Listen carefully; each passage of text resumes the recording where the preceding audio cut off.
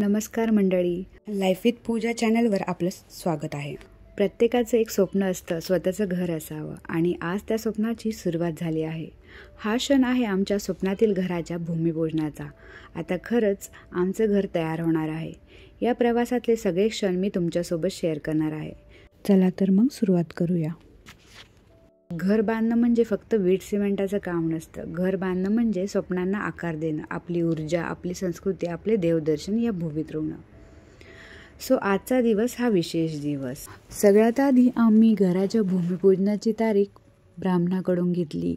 जी तारीख मिळाली त्याच दिवसाच्या आधी आम्ही प्लॉट पूर्णपणे साफ करून घेतला. JCBने वाढवलेले गवत, झुडपं सगळं काढून टाकलं. पहिल्यांदाच प्लॉट तसा स्वच्छ दिसत होता, जसं की एखादं कॅनव्हास चित्र काढायला तयार झालं असतं तसं. आणि मग आला आमचा खास दिवस, भूमिपूजनाचा दिवस. कुटुंबियांसोबत मनापासून पूजा केली. घर मोठं किंवा छोटं यापेक्षा सुरुवात कशी आहे हेच महत्त्वाचं असतं.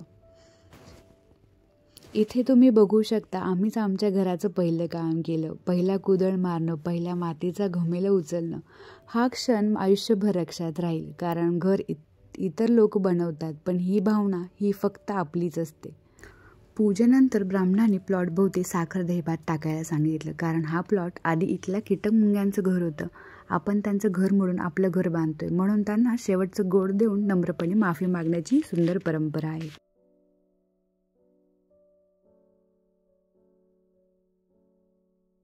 यानंतर आम्ही आमच्या कॉन्ट्रॅक्टर अशोकजींसोबत कामाचा अधिकृत शुभारंभ केला.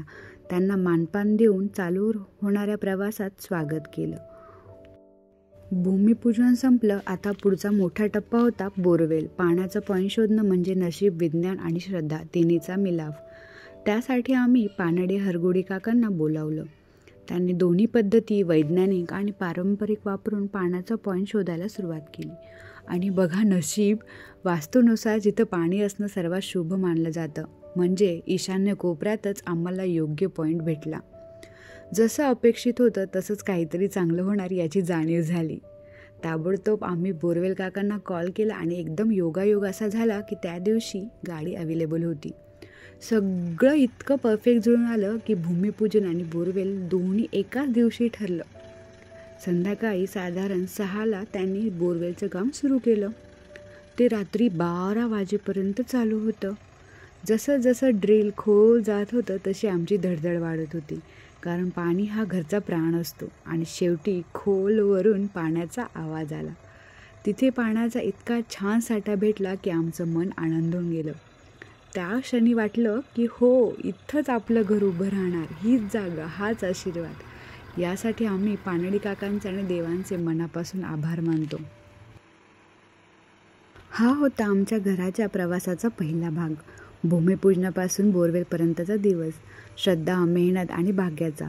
पुढच्या एपिसोडमध्ये तुम्ही पाहणार आहात फाउंडेशन कसं सुरू झालं, पहिली वीट कशी ठेवली गेली, प्लिंथ, कॉलम्स आणि साईटवरील सुरुवातीची सगळी कामं.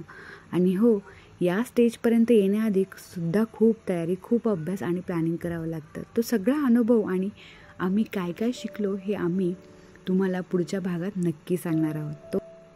आजचा हा पवित्र दिवस आमच्या घराच्या प्रवासाची सुंदर सुरुवात ठरला. भूमिपूजन, आशीर्वाद आणि पहिल्या कामाची भावना हे क्षण आमच्यासाठी खूप मौल्यवान आहेत.